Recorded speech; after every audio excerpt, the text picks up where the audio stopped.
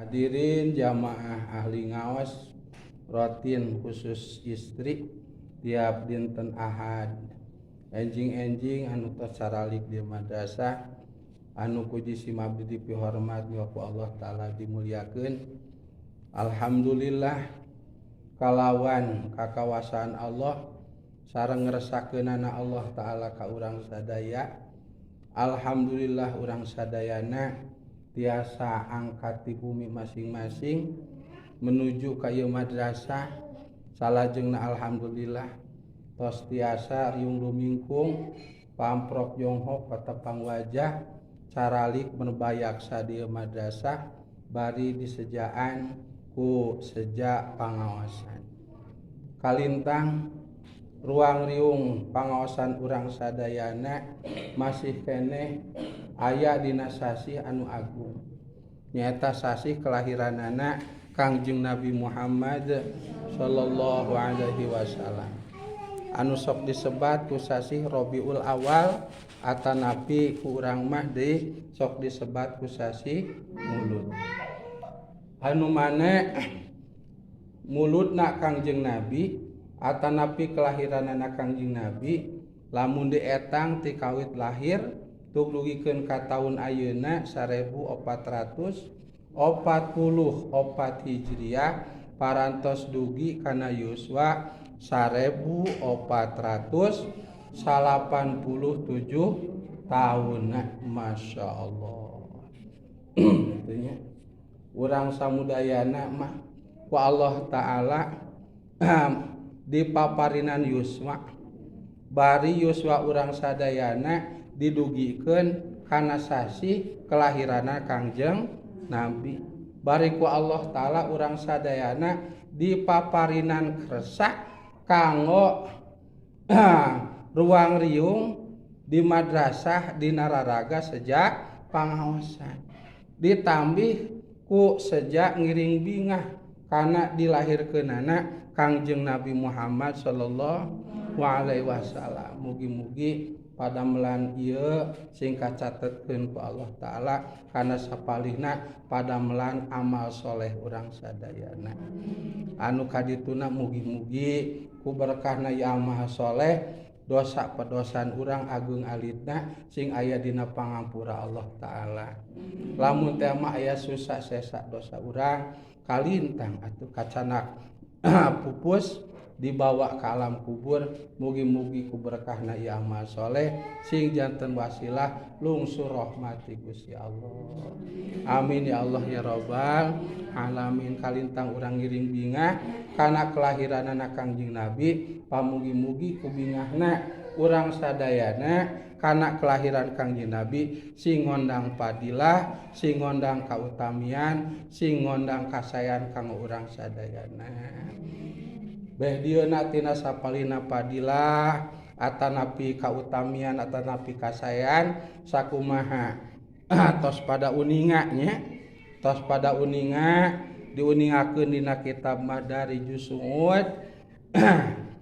Kangjeng Nabi teh kagungan uwa tinu janten ramana nya kagungan uwa tinu janten ramana Abu Jahal namina. Waktos Abu Jahal diwartosan ku amatna, amat teh istri peseran bu anu hargana teh pangawisna di zaman harita. Matak harta banda yang paling berharga zaman harita teh aya kajabi nyeta amat.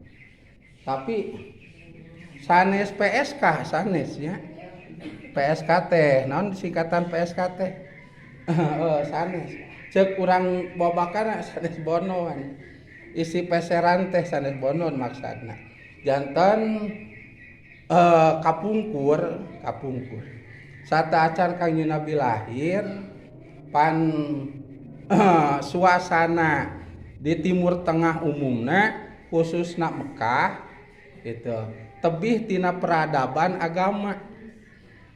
Mun ayeuna mah tina apingan agama teh tos los gitu bu. Panyaang agama teh tos teu aya. Kecuali tah kulawargina Kangjeng nabi. Mata geningan urang sok ngaos albar janjinya.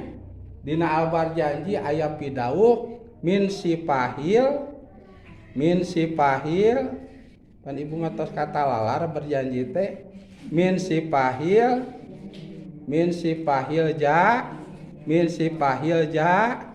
jahiliyah. Ibu mah naon wae nu apal teh teu. Min sipahil jahiliyah.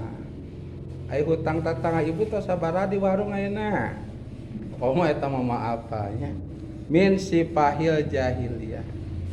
Anu hartosna min sipahil jahiliyah teh keturunan Kangjeng Nabi kaluhur walaupun kehidupan khususna di Mekah tos los tina peradaban agama, tos da aya kendali agama, tos da aya panjang agama.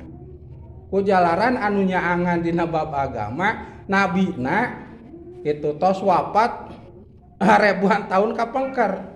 Nyata Kangjeng Nabi Ibrahim alaihi salatu wassalam. Gitu. Kangjeng Nabi Ibrahim alaihi salatu wassalam. Janten penerus penyambung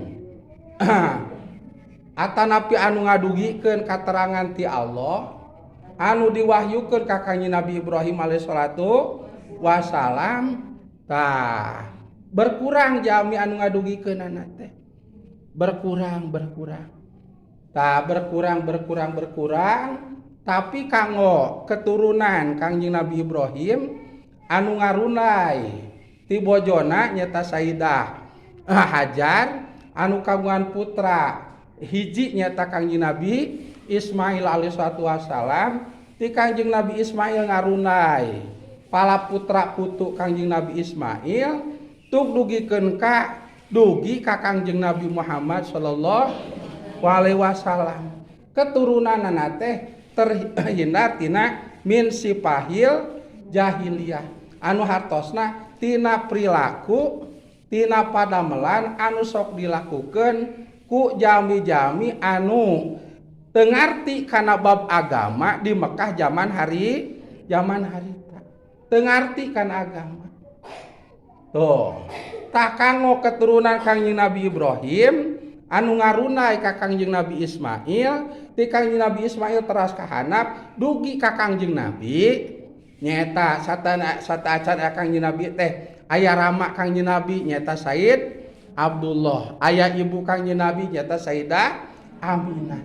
Tak baik tinu janten ramana Said Abdullah maupun tinu janten ibuna nyata Sayyidah Aminah sadaya keturunanana terhindar tina min sipahil jahiliyah, tina perbuatan, tina kalakuan, tina pagawean anu sok dilakukeun ku orang-orang anu teu ngarti kana agama dina zaman harita.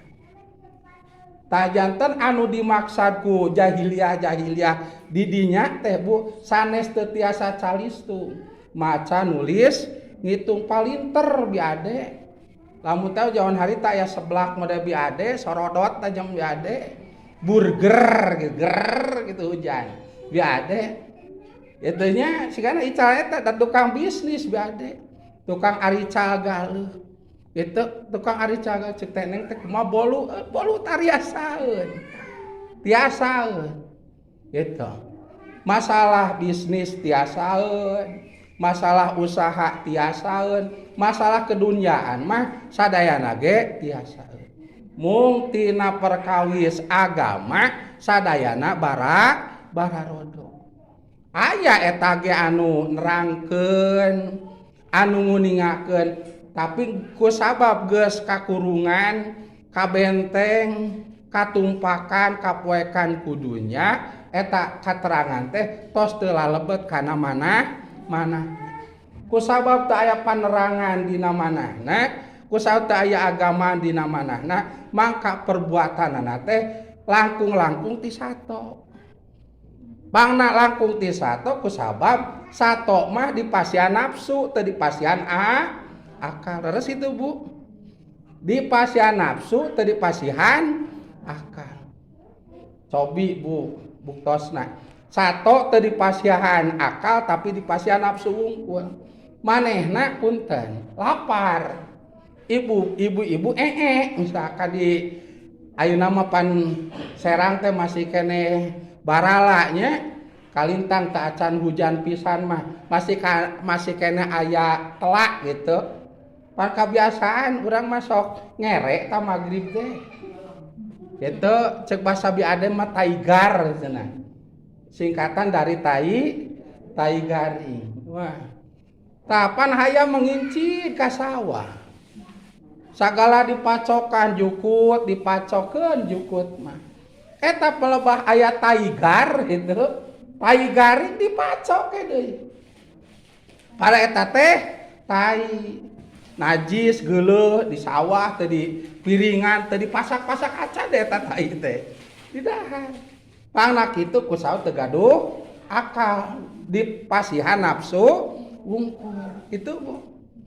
Tuh. Benten sinareng jami. Ku Allah teh dikumplitan duanana aya. Kahiji nafsu, nomor kadua akal. Ta zaman jahiliyah harita biade pangna disebut langkung-langkung ti sato ku sabab duanana aya, akal aya, nafsu aya. Tah akalna teh biade eleh ku nafsu. Atuh bila mana akal dikenalikeun ku nafsu, bila mana akal eleh ku nafsu, mangka eta akal teh anu nyupiranana naon? Nafsu. Mata kena kana paribasa sepuh kapungkur. Geuningan naon? Anu mata kaduhung teh pariposna teh katempuhan. Nah, Bu, ibu-ibu geuningan naon? Naon cenah Bu? Ngaberung nafsu teh naon atuh ibu tarikan. Bi ade atuh rada ngorake nih tarikan sorak teh bi ade. Nafsu anu kaduhung gitu. Badan anu mata katempuhan, mata kaduhung matara katarati heula. Eta teh ku sabab ngagugu nafsu ngumar amarah. Pangna kitu akalna eleh ku eleh ku nafsu. Mata gambaran zaman kapungkur sate acan Kangjeng Nabi lahiran tadi Mekah teh ku sabab akalna eleh ku nafsu ta maka lamun hoyong ngawasa teh tah ngagunakeunana kakuatan. Saha anu kuat eta anu berkuasa. Kalebekeun maehan saha anu sadis, anu wantun, anu lenger gitu. Tuk duikeun ka wantun maehanana eta anu disegani. Itu eta anu berkuasa. Tak kusau kitu kaayaan di Mekah zaman harita teh teu kondusif. Terang ibu kondusif. Ibu mah kondusif. Lamun ibu geuning merenyeng wae, punyan payun di payuneun caroge, tah geuningan jubras-jebris disuhunkeun kopi ge nyokot sorangan cenah. Kadiekeun atuh rokok gubuk ge kos untuk buka kokot bah gitu. Atuh urang hayang mandi pang nyadiakeun anduk-anduk, nah sia teh kos teu boga cokor we kitu.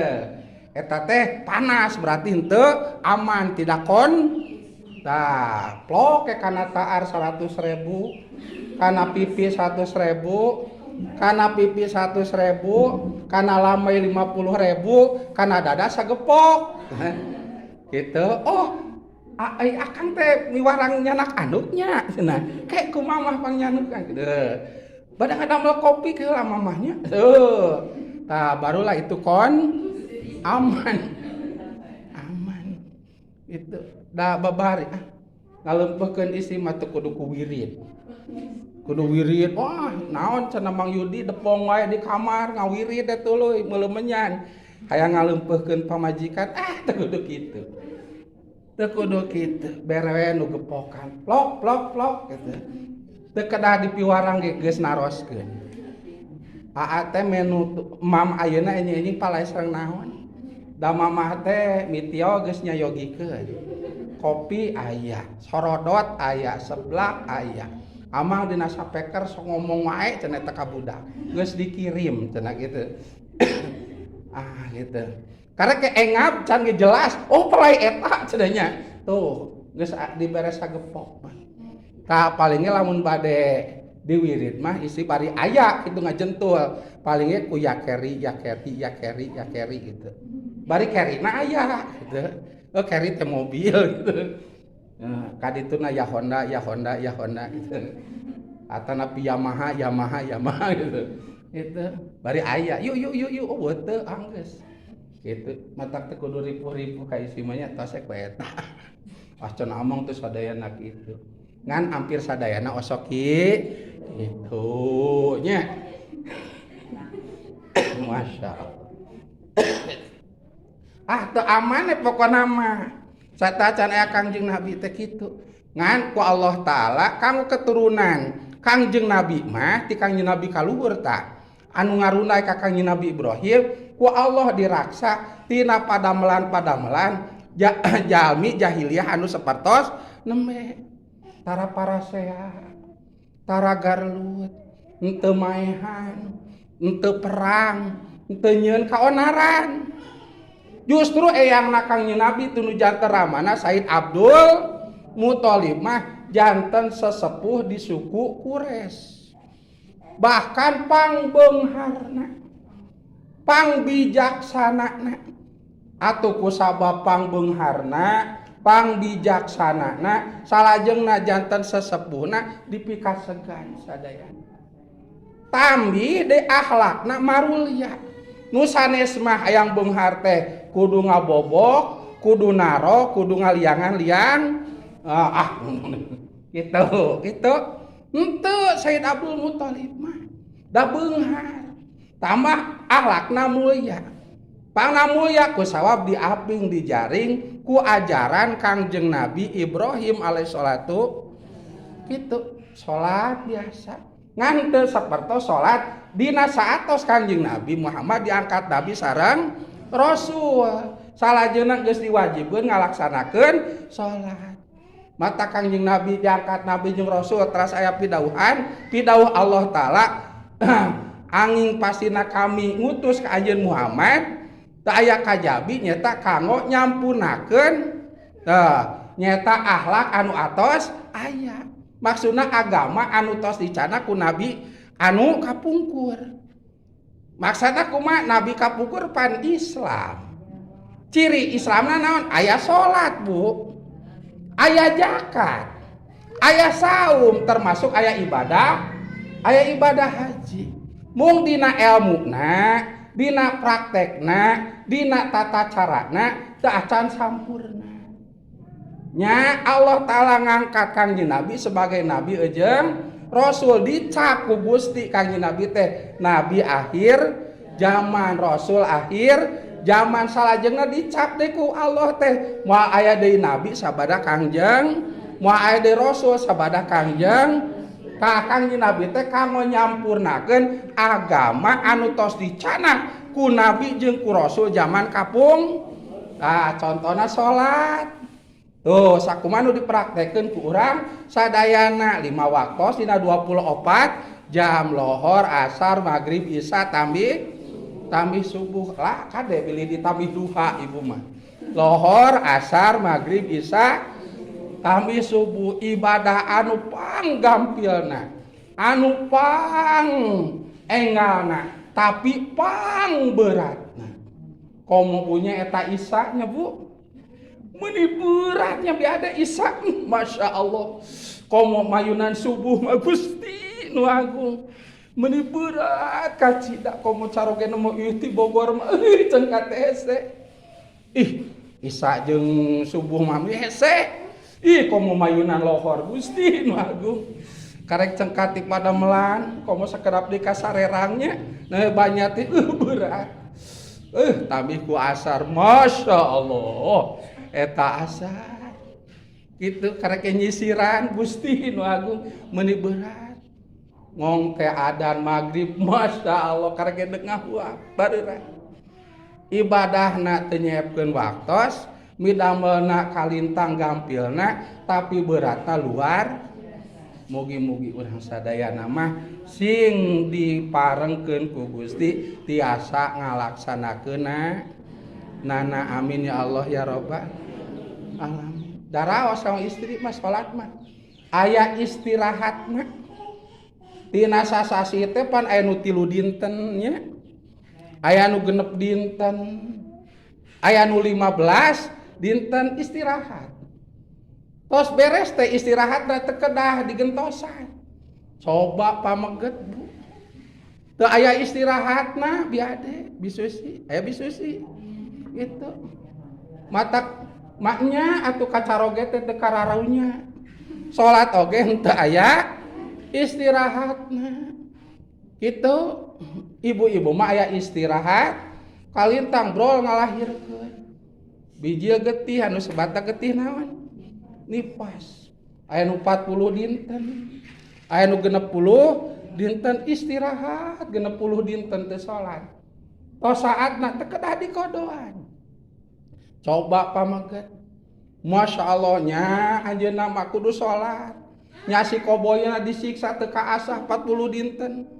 Atau 60 dinten biade deuk kana tulang panto bisi bareug dicepetkeun kana panto bisi buntung sok aduh kasiksa pi matak lamun teu nya kacaroge teh ibu ulah menta dihampura teh geus maot geus hampura emak deuk kawin deui cenah apaan hudang deui nu maot teh walu kawin deui nah geuning maneh hudang deui bobodohan urang mah kitu masyaallah.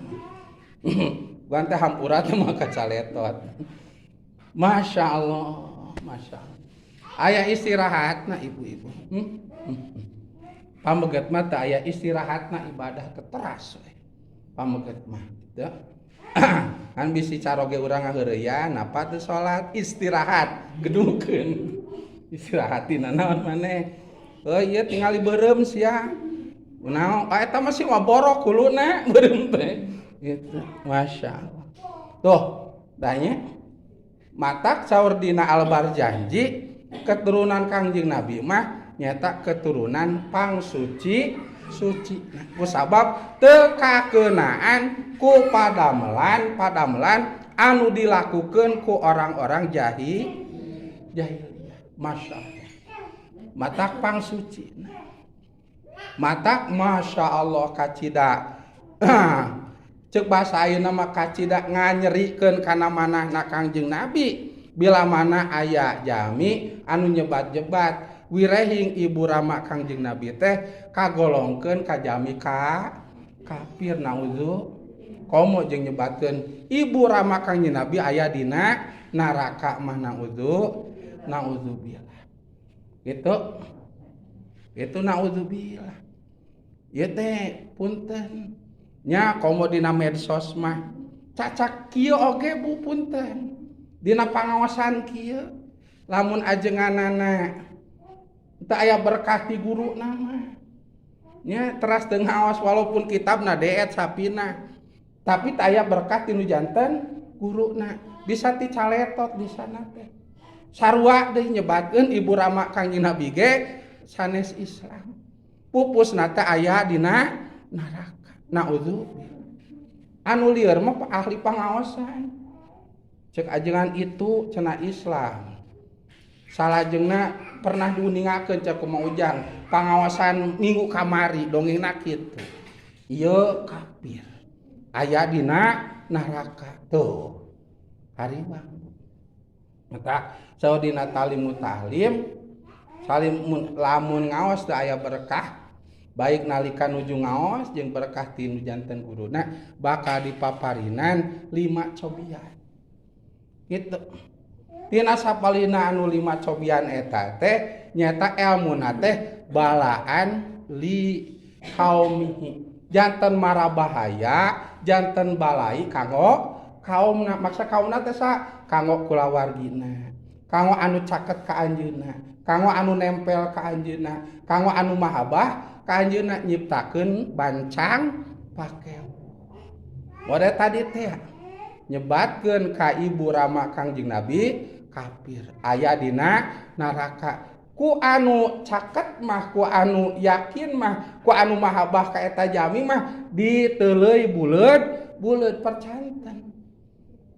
Tages percanten gitu pasti ku eta jam itu bakal sebarkeun. Itu ibu rama kanjeng Nabi ge cenah kafir. Ibu rama kanjeng Nabi ge ku sabab kafir aya dina neraka. Tuh janten fitnah. Masya Allah. Bari anu dipitnah teh nyaeta ibu rama kanjeng Nabi.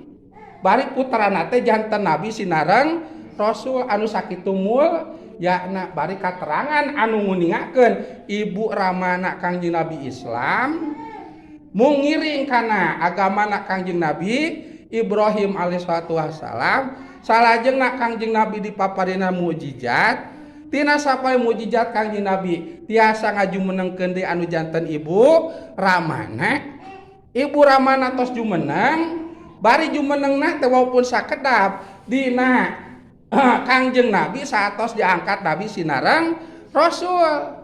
Berarti ku sabab kajamanan walaupun sakedap karena waktos Kangjeng Nabi janten Nabi sinareng Rasul mangka ibu ramana ku Kangjeng Nabi dilebetkeun kana agama Islam anu dinabian jeung dirasulan ku Kangjeng ku supados kagolongkeun kana golongan umatna Kangjeng tujuanana supados Abdul.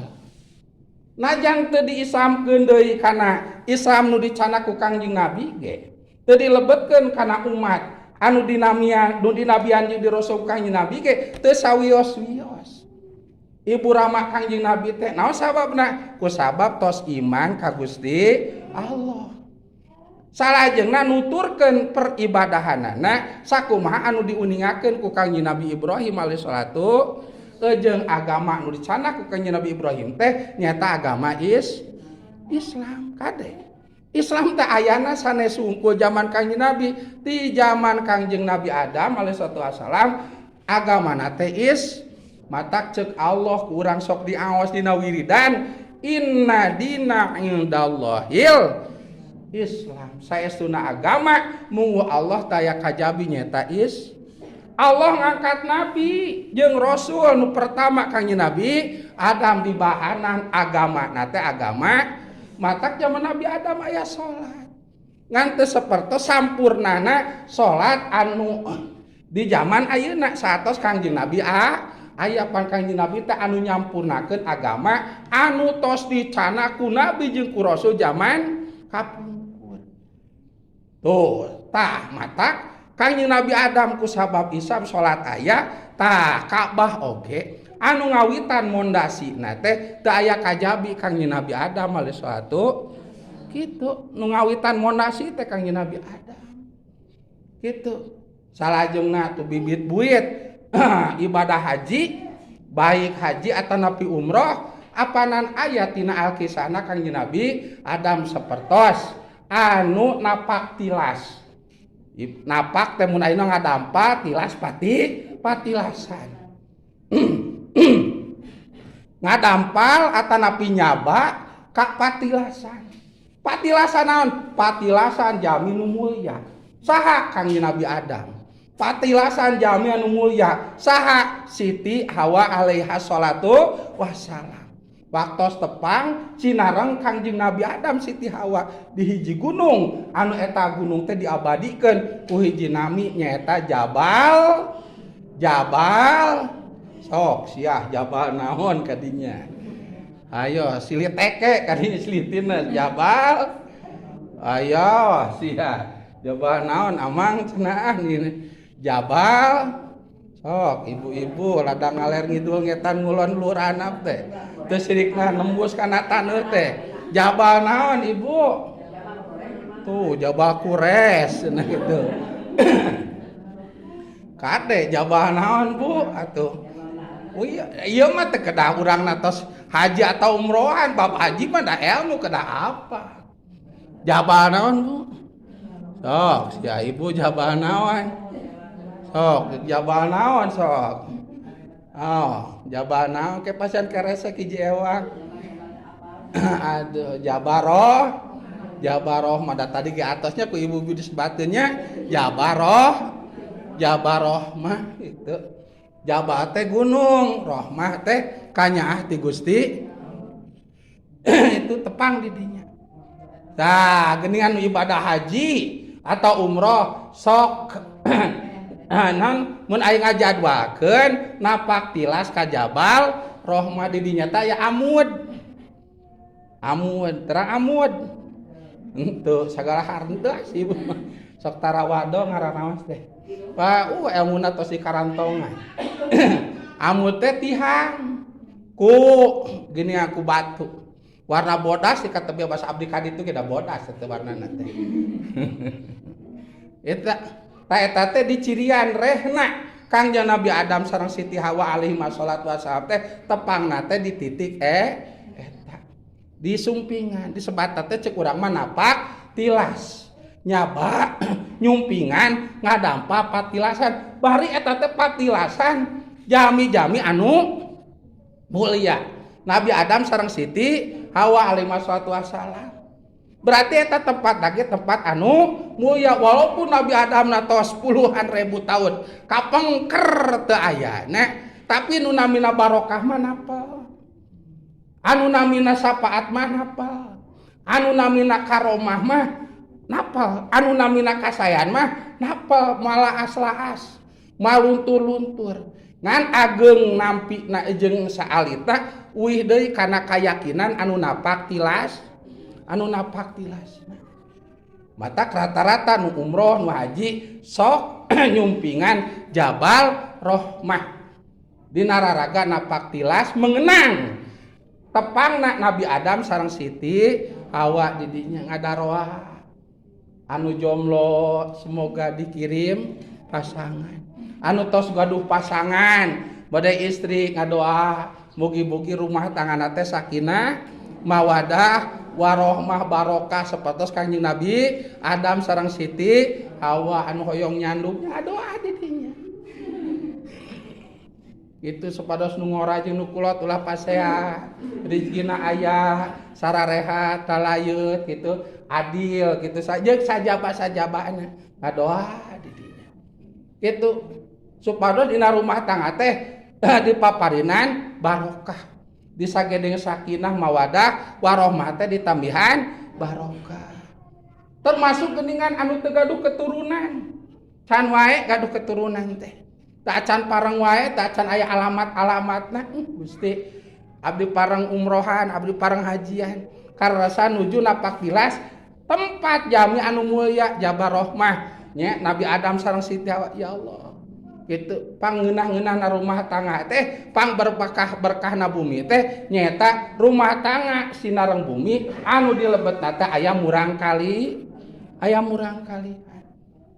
karos abdi seueur murang kali masyaallah lomari sok teu kalebetkeun itu acuk teh sempet kapun bojo heueuh nu sae jeung nu aweut teh pahili kulieur nilepan teh batak bruse pada aya nu 500.000 aya anu 35 jut gitu teu kapalang abi ade meh kahuruan tah gitu itu berkah gitu matak cek sepuh baheula seueur putra teh seueur rezeki karaos ku abdi seueur rezeki da ku sabab tiap-tiap baham teh ku Gusti teh tos disayogikeun sareng rezekina alieur cenah amang da hiji ge lieur gitu mending sakantenan muter liurna gitu tapi geus arageung komo tos rumah tangga punya masyaallah matak sok aya nu ngobrol ka abdi putrana teh dua tos rumah tangga dicanak tararebih tinggal duaan nini jeung aki-aki ngeunah ustad mah cenah ngeunahna kumaha budakna loba abdi mah cenah dua bari teu ararayang panggih teh ayeuna mah hungkul ku hello we da teu cukup ku hello tuh memang sok barang bere da teu cukup ku duit da hayang atuh panggih cenah hayang ngais incu hayang nyium incu hayang kasarean ku minantu ku anak jeung ku incu gitu Bu abdi teh ku sabaya nu ngadong kitu semangat Bu mamah nyeunan budak ieu itu cipung bojo tapi tos setiasa gaduh putra mangga pilih bade nambi deui waduh solehah pisan ieu mumun teh masyaallah Jabal Rahmah itu Jangan daya waukar. Apun, boroi waukar. Kudak teu waukar digenu gitu. Tah jabaroh mah. Napak tilah sae kalintang dina sasi mulut urang nyumpingan tempat-tempat anu mulya supados berkahna kasayanana karomahna lamun ti walinya mujizatna ti nabi jeung ti rasul tah nyaliara nyumer atanapi ngalir kana ruh jeung kana jasad urang sadaya. Da ieu teh dicontohkeun ku Kangjeng Nabi ge. Waktos nalika Isra sinareng Mi'raj. Pan Kangjeng Nabi dina Isra-nya nuju angkat ti Mekah Masjidil Haram pernahna ka Masjidil Aqsa gedingannya bisusi dina waktos tertentu ku malaikat Jibril Kangjeng Nabi piwarang lungsur tina buruk piwarang netepannya. Saatosa naik geningan, saatosa naik kana buruk Kangjeng Nabi taros. Pak Kangjeng Nabi teh uninga kana waleranana teh. Ngan lamun ku Kangjeng Nabi diwaler urang mau uninga, mau gado ilmu. Mata Kangjeng Nabi api-api henteu uninga. Ditaros Muhammad uninga teu tempat anu diangon netepan ku salira neme gitu. Saur Kangjeng Nabi teu uninga cenah Jibril. Talamun hoyong uninga mah ta eta teh pi tempateun ngalih salira ti Mekah. Ta anu disebatna Yasrib. Nah, anu disebat engke mah Thayyibah. Mun ayeuna mah disebat teh Madinah. Tuh teu acan kadinya ge Kangjeng Nabi nalika Isra parantos nganjang ka disebat Thayyibah tempat anu seungit. Ku sabab Madinah teh tempat anu engkena bakal dilinggihan ku jami anu suci nyata Kangjeng bahkan janten tempat dimakamkeunana Kangjeng Nabi matak disebat teh Thayyibah tempat anu seungit. Ku sawa aya jami anu seungit nyata Kangjeng teu napak tilas Kangjeng Nabi. Supados kaberkahan Madinah tos karaosun ku Kangjeng angkat deui Kangjeng. Teras biwarang lungsur, teras netepan saatosna naik kana buruk ditaros, terang teu netepan salira di mana. Saur Kangjeng Nabi henteu uninga ya Jibril. Ceuk malaikat Jibril lamun hoyong uninga mah salira teh netepan di hiji tempat. Pas nanya batu anu aya tangkal hiji eta tempat teh tilas ngalahirkeunana ka Siti Maryam ka Kangjeng Nabi Isa alaihi salatu wasab tilas lahirna Kangjeng Nabi Isa nu disebat Baitul Lahmin. Ayeuna mah disebat tak Betlehem. Tuh di dinya napak tilas Kangjeng Nabi teh. Napangna netepan di dinya apa Siti Maryam teh istri anu kalintang solehahna. Terhindar terjaga tina padamelan anu sok didaramel di zaman Kangjeng Nabi Zakaria pamana. Puntennya coba saya nama oral seks ya, homoseks gitu. Jeung pergaulan bebas harita tah Siti Maryam terhindar tina eta padam matak disimpan biade di luhur masjid. Ayeuna mah Palestina nya tah di luhur aya munara disimpen di luhur di munara disuputkeun ku pamana teh ku Kangjeng Nabi Zakaria bok bila aya laki-laki hidung coreleng, hidung belang. Dagulisna luar biasa. Lahiran kalau ka kawasan Gusti Allah, putra pameget dinamian ku Kangjeng Nabi Isa alaihi salatu tadi dinya dilahirkeunana teh. Ku sabab dibeberik Siti Maryam teh bade dipararaehan ku penduduk-penduduk harita. Anu deuk maehan teh nyata lalaki anu dendam ka Siti Maryam. Maksud nama manehna teh hayang ngarosan Siti Maryam tapi teu tiasa. Tuh jami-jami anu daroraka we tang ngalahirkeun ada dinya. Siti Maryam istri solihah ngalahirkeun urang kali pameget ku Allah diangkat nabi sinareng rasul. Tuh jami mul tempatna ku Kangjeng Nabi di alam barokah piwarangan malaikat Jibril piwarangan Gusti ku tata cara ngalaksanakeun nyata ngalap barokah kana tempat anu mul ya patilasan ngalahirkeunana Siti Maryam ka Kangjeng Nabi Isa alaihi salatu kedah tah urang lamun sering napak tilas ngalinggihan tempat-tempat anu mulia maka urang teh hirup ku kamuliaan jasad urang oge hirup ku berkah kamuliaan patilasan eta jami anu mulia mata geuningan mulut sok aya jaraknya bisa sih geuningan anu rutin masuk ka pamijahan geuning nya disagedeungeun urang kapamijahan teh ka makam Tuan Syekh Abdul Muhi bin Syekh Abdul Jalil Kampung Dukuh Garut terasa geuningan napak tilas disebatna menuju ka Guha Saparwadi ibu mah sering ka ditu hilap di namina ka Guha Saparwadi lebet cata-acana adat lebet geuningannya di lebet teh geuningan harengheng nya seueur patilasan wali aya dengan kecelakaan cai jam-jam kapungkurna mah salajengna aya cai kajayaan aya cai pangasihan gitu nya Masya Allah bi ade mah ngeureun cai pengasihan komo ngawarung mah anu dialakna gitu supaya asih katel ge asih napel katel teh atuh panas itu naik ka luhur aya patilasan ngariungna para wali anu salapan teh nya dina raraga jumaah naraga musyawarah aya masjid patilasan aya pangimaran ibunya terus aya jalan ka Madura nya ka Madura aya jalan ka Surabaya ka Sunan Rahmat teh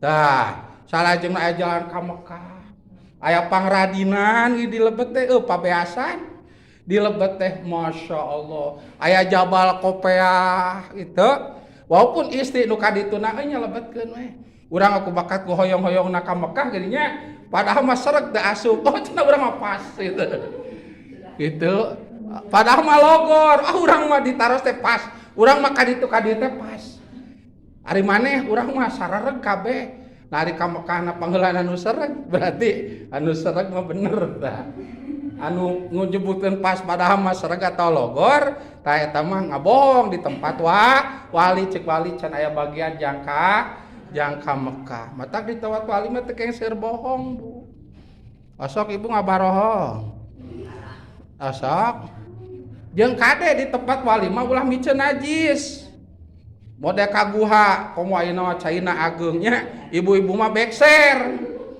jagaan lah urang ka mana cicing ulah papang didinya ulah ibu komo jeung hoyong sagala aduh ceuk wali ieu jelema wawelek ka dieuna teh punta penta barokah eueuh ngiriman welu cenah ieu mah masya ngalap barokah tah teras bok pilih saur ibu-ibu teh geuningan cenah amang ai jam-jamna mah punten di Mekah panan teu abdi jarak ka ditu teh keur usum katiga teu aya ngecelak sakedik-kedik acan ayeuna usum hujan bijil cai meureunna cai hujan we tah kumaha kitu saur me diuniakeun nya eta cai jam-jam teh nya anu disebat cai jam-jam teh nyata wali model pamijahan anu kapungkur ka Mekah teh kahiji Tuan Syekh Abdul Muhi pamijahan